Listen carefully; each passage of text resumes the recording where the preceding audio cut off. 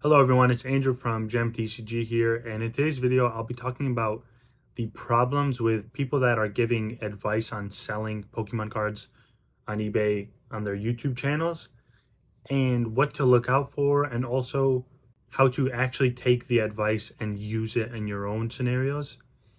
And the reason I bring this up is because my channel is entirely based around giving advice on selling Pokemon cards, and I want to talk about things that maybe some of you aren't aware of or need to look out for in the future. Also, I do have a quick update. I am at like 920 subscribers right now, so thank you all so much for subscribing and liking the content that I've been making.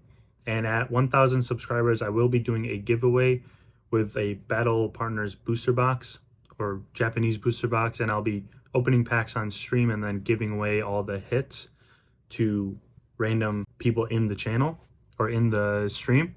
So stay tuned for that. And also I do have a Patreon if you want more help starting and growing your Pokemon eBay stores. So the reason I'm bringing this video up today is because with the way that my channel has been growing, I want people to take my advice more as influence rather than a hard fact, because I was thinking about it and thinking about a lot of the stories I did, or like the things I did when I was first starting off, and how I would listen to a lot of people on YouTube and follow exactly what they say. And it would end up making me lose money and waste time.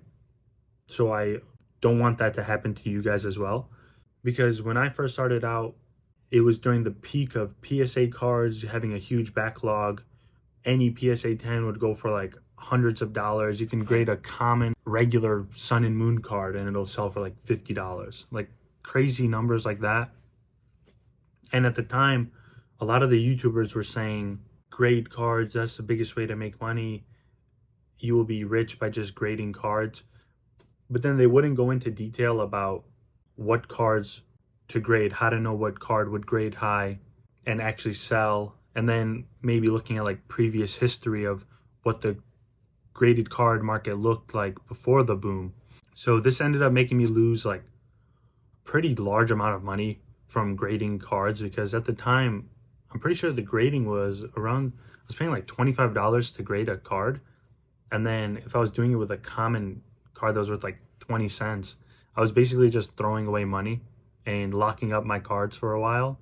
So, and it's not entirely their fault, like they were just talking about what was going on at the time, and maybe they were trying to help everyone, like bring some insight into what is popular at the moment. But when you're first starting off, it's hard to like think of it in a bigger picture and then think of it long term. So you would just blindly listen to what they say and think because it works for them, it's going to work for you. And this is also important for the advice I give, because a lot of the things I say is like, list your cards for a very high amount, only sell cards that are above $5 on eBay, and listed at like 50% markup. And that does work for me, but for someone that's just starting off, I don't think that would work for you guys, because you don't have the sales data and the feedback to back that up. And you also might not have the inventory to attract enough people to want to buy from you. Because when I first started off, I was selling base set commons and uncommons for like $1.29. And then regular reverse hollows for 99 cents each, and just doing like a bunch of huge discounts on the sales, or like compared to today, way cheaper. And this was also during the last market boom, so like keep that in mind, because it is relative to the prices then. And I was charging a lot cheaper, and this other store that I kind of like learned a lot from was charging twice the amount of me as me, and they would make double the amount of sales, if not more. And I was always wondering, like, how is their listing selling so much more often when I'm doing a cheaper price and I have all like the same exact stuff as them?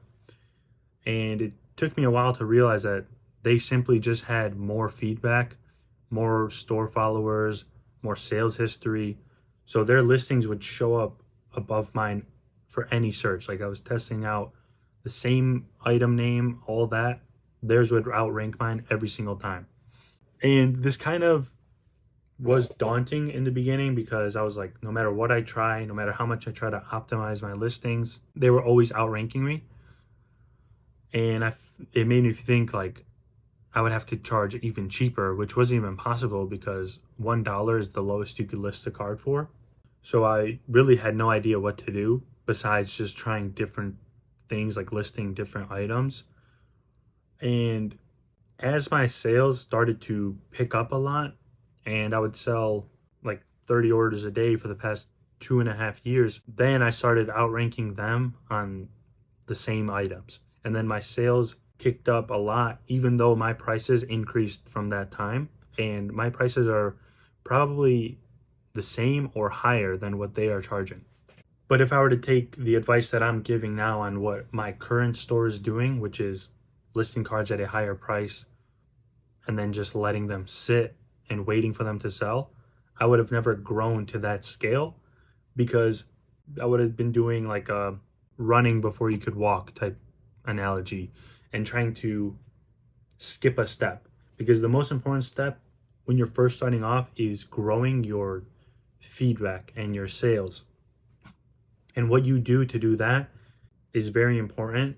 And you can't do that by just charging a super high amount and trying to follow the advice of people that are 2 years ahead of you in terms of sales and feedback and all of that in the inventory. Because like right now I have like I think like 3,000 store followers on eBay, 6,000 feedback. I've sold like 85,000 items, and that fortunately allows me to charge a higher price.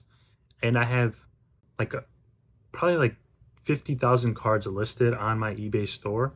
So I'm getting potential views from 50,000 items. So I have a huge like bandwidth of inventory, if that makes sense, or a huge variety. So I'm attracting a bunch of people every day. They see one listing, they click on my store, they see thousands of other cards, and then it just helps. Like it builds on top of each other. But when you're first starting off, eBay limits your listings to like 250 listings per month, and you can't afford to just list the card and forget about it and wait till it sells, because you need that constant churn and burn of inventory so you can keep growing. And the only way to get that the limit to increase is to get more sales, be around for longer, and get positive feedback. And kind of the reason why I brought this topic up today is because it's a little funny story. Like I was at the gym and I was thinking back to when I first started off. I would always think I'm doing something wrong, and I would try, and then I would look at like people on YouTube and Instagram, and they would be doing the weirdest type of workout, like the most random non-conventional workout, and I would think that's not a normal thing, but it looks right because they are ripped, like they're huge, so they must know what they're doing. So then you could take that same advice or same thought process and see someone like me with, like, I've done 200,000 on eBay last year, and you'll think just because I'm doing it, it must work. But it did not work in the beginning, and I had to grow the store for 2 years to be able to do that method. So the main point of this video is just to kind of point out something that might be misleading you guys, just in case. And if you see something that I'm doing or other people are doing on YouTube and they're giving advice, you could take the advice, but don't feel like you need to follow it to a T and think that's the only method to work. Because if I were to follow, let's say Pokemon Steve, he has a huge store. He does like way more sales than me, and he does Japanese cards and graded cards. And if I were to follow his advice, which I actually tried to one time, I tried to grade a bunch of cards and then sell them. I did pretty bad, but with the way his store is set up and he has such a long history and inventory, he can grade any card. Even if he gets like a PSA 5, he'll still be able to sell it and possibly still break even or make money because he simply can afford to do it. He has the following to do it, the history on his eBay account, and that just works for him. And if I were to look at PokeNE, he sells sealed booster boxes and like sealed Japanese product. I tried listing Japanese booster boxes on my eBay store, and I've only sold one in the past 2 months, and I made like $5 profit on a box, and I bought, I think, like 26 of them for $1,700. So simply copying what people do will not necessarily help you that much in the beginning, because you need to grow to a high scale to be able to get to that point. And the way you get to that scale is kind of a bunch of trial and error. You have to see what works best for you, what you enjoy doing, and maybe what you could see yourself doing long term. Another thing is, when I first started off, I was doing entirely bulk cards. Like, I would buy bulk lots, go through them to find the good trainers, and then sell them on TCG Player. And then I would literally just dump all the bulk back to bulk sellers. And this helped make me like a decent amount of profit in the beginning, but it was not sustainable, and it took way too long to just do that. So then I realized I could take that bulk that wasn't worth a lot as singles and then do bulk lots on eBay. So instead of just breaking even on the cards that weren't competitive, I would take that inventory and then make more profit on top of it. So you just got to find what you like to do in this industry. Like I made a video, the top 4 ways to make money selling Pokemon cards, and you could choose any of those, and then once you grow to a higher scale, you could maybe do 2 of those methods, but just stick with one. Learn from people that are already in that specific industry or like niche, and then try your own methods in the beginning and see what works best for you, and maybe even share that with other people if you want. But try not to just take advice from people that have been doing it for 3 years and up, and try to take advice or learn with people that are doing it at the same time as you. So like someone maybe that's been doing it for a month longer than you can always learn from. And sometimes that could be even more helpful because it's very relative and relevant to you. Another example is when I was first starting off selling on Amazon, there was a lot of things that I didn't know. And I tried listening to this one guy that was selling them already, and he was selling like probably like 100 lots a day. And I was like, that's insane, because that's, with the math, it was like $3 profit. And then he's selling 100 lots a day. That's a $300 profit each day. So I tried to learn from what he did, and he was doing advertising and branding, shipping them in boxes, and I tried to copy all that, and it ended up not fully working for me. But then I tried to take some of his advice and then kind of twist it to fit my scenario, and that ended up working better than just blindly following exactly what he did. Because you never know the full story, and you don't know what they, like, the exact thing that they did to get to that level and how they do it entirely. But yeah, to wrap this video up, I don't know, I kind of feel like I just went on a little tangent at the end, but it's always good to learn from people ahead of you, but sometimes learning from people that are very far ahead of you is not the best. Like it can be helpful, but sometimes it's just way off. And always take it with a grain of salt and use it as an influence, but not as the exact thing to do, like a step-by-step guide. Because what worked for me might not work for you, and maybe it does, hopefully it does, but just in case, always be ready to like try something new, and don't be scared to do something that you haven't heard other people do.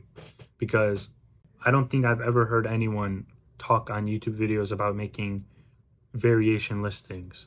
I've seen it done on eBay, but I've never seen anyone make a video about it and explain how to do it step by step and like why it works. So then if I would have waited for someone to make a video about that, I would have never tried it and never saw how actually beneficial it was. And that's just something that you have to learn and do on your own. Get that like scar tissue, and then just trial and error a bunch of things and see what sticks. But yeah, I hope you guys enjoyed this video, and I hope my advice on this channel is actually helpful, but I did want to let this one out because just in case it doesn't work for you, don't think that you're doing something wrong, but rather you should be trying something new and trying to tweak what I do in a more modern way, maybe. But yeah, hope you guys enjoyed this video, and I will see you in the live stream after 1,000 subscribers. See ya.